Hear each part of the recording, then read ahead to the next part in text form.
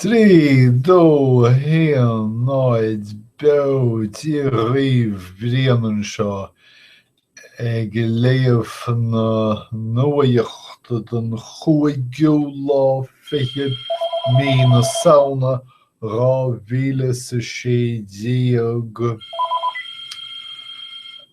ní raibh mé sin drochuoine. Bhainneann mór fictiúr chéad leathannaí nuachtáin inniuh le beirt fáiste I nDeilí na Hindia.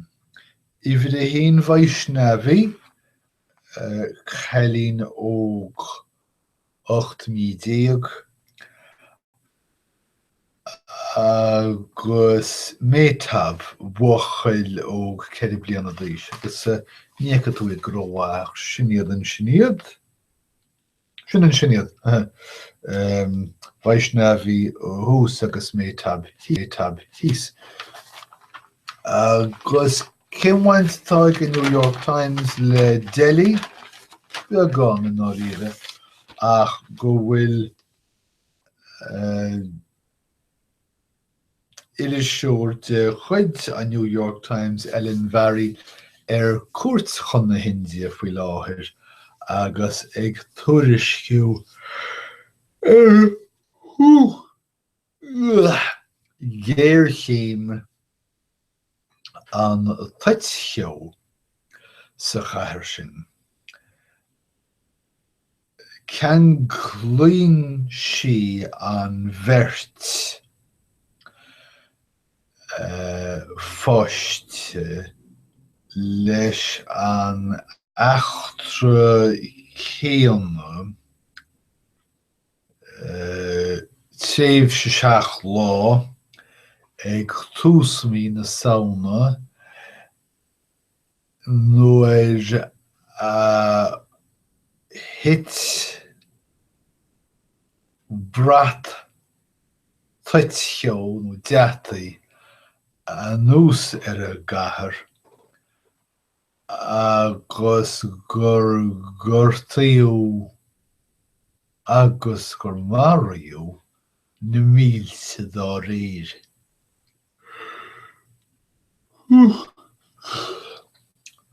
Tá na páistí ina gcónaí 5,000 ó na chéile.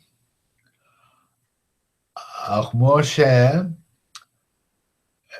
spreag an deatach an tinnis céanna, tinnis scábóige smirt agus fágú na páistí díimríoch ó híh bheithin an cabharchúirt agus éadúrach. Chána créitúirí seo íhananta fada lena nonáil mar a ghaib ga seo ceartan tú I dígurnach. Vaishnavi chó donna sin go raibh na fisme chuidí siúráilte go raibh sí chun bhásáil nar hála. Scíal trúbhéalach slugú an ceantar sa deatach. An cean óháiteach chus chósta. Ní cheanúine. Go háidethe agus an éráid ag athrú chó tapaí sin. Is antar iad tithe chóstanis.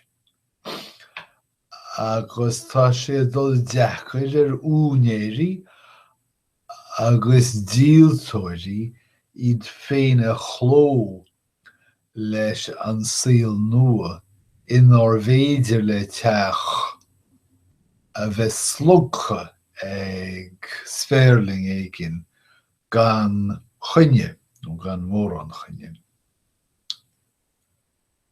Tá Donald Trump fós ag líon ó postanna sa rialtas ach tá a chóir leorí diailte faoin ghnáthíochtracha. Deir faction amháin, Mitt Romney, agus faction eile Rudolph Giuliani ar bhéir an Nuacht. Tá na faction seo go léir géire tionchara immert Trump ina ráha. Ach go dtí go ré teofar an argóid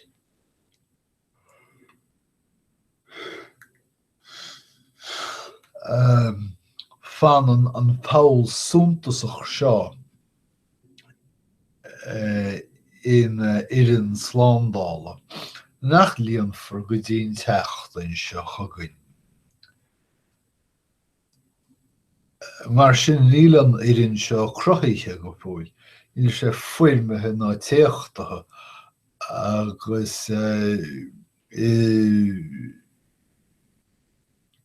sé fáí ar géire don Irin aistrithe mar gan duine post sin ní bhaise géine ceart ba cheart a dhéanamh. Tá ag súil leis an milliúnaí Wilbur Ross mar rúnaí tráchtála. Ní léon eile le rátha an faoi sin. Go hanaí an Stáit Islami.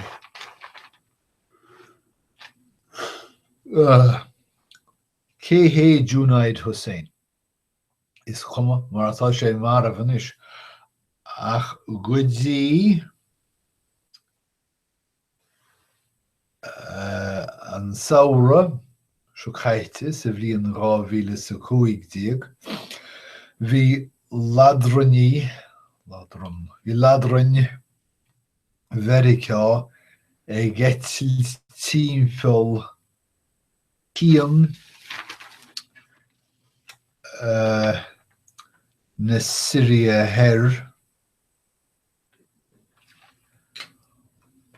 á íoch.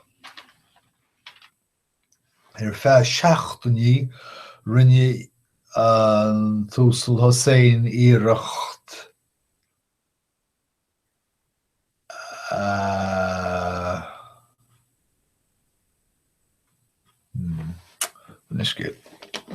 sé ceann bhceart a bheith an.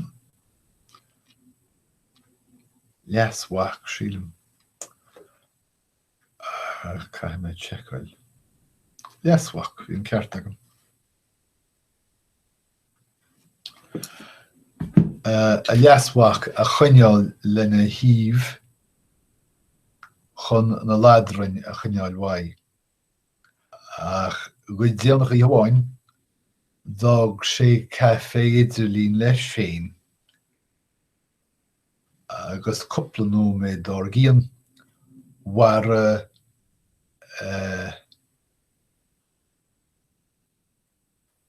dúracháin Hellfire agus ag siúl idir dhá irgnimh.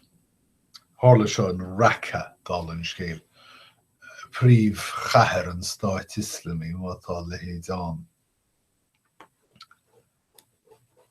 Tharla mór shiúl lá altathe faoi dhian Sláindáil is cosúilún fictiúis feictar bacchain leorathe ag cosaint an bhealaí. J.K. Rowling. Céir tá le rá agam faoi J.K. Rowling dain mór an is dócha. Ní ceist scríbneoireacht é seo ach ceist airgid. Sa bhliain 2012 One Forbes J.K. Rowling una liste de viljúnathe hasna. Liste údrásach. Grá go raibh cáin na Breataine agus sin túis carnachta ag crime an ártúin. Ach, b'idir nach mai an dar raibh ag Forbesach é sinna ahrú, mar doscail fantastic beasts and where to find them. Fuair sé $65 milliún sa chéad deireadh seachtaine go hidir náisiúnta, is féidir 150 milliún a chur leis sin. Mar sin, cad é luach glán J.K. Rowling, well, níl is agam.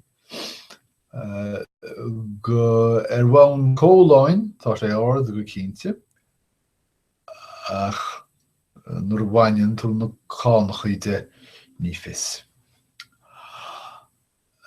Mas búnmhór gaomhne dheolta pobal na colóime don chomhaontas síochána sa cholóin idir an Farc agus an rialtas. Ach má sé, bhí an Farc agus an rialtas réon I ggéire go basáil faoi an chomhaontú seo agus dálann dá réir sin bheith bean na vótóirí híne an rialtas agus an Farc chomhaontú síochána.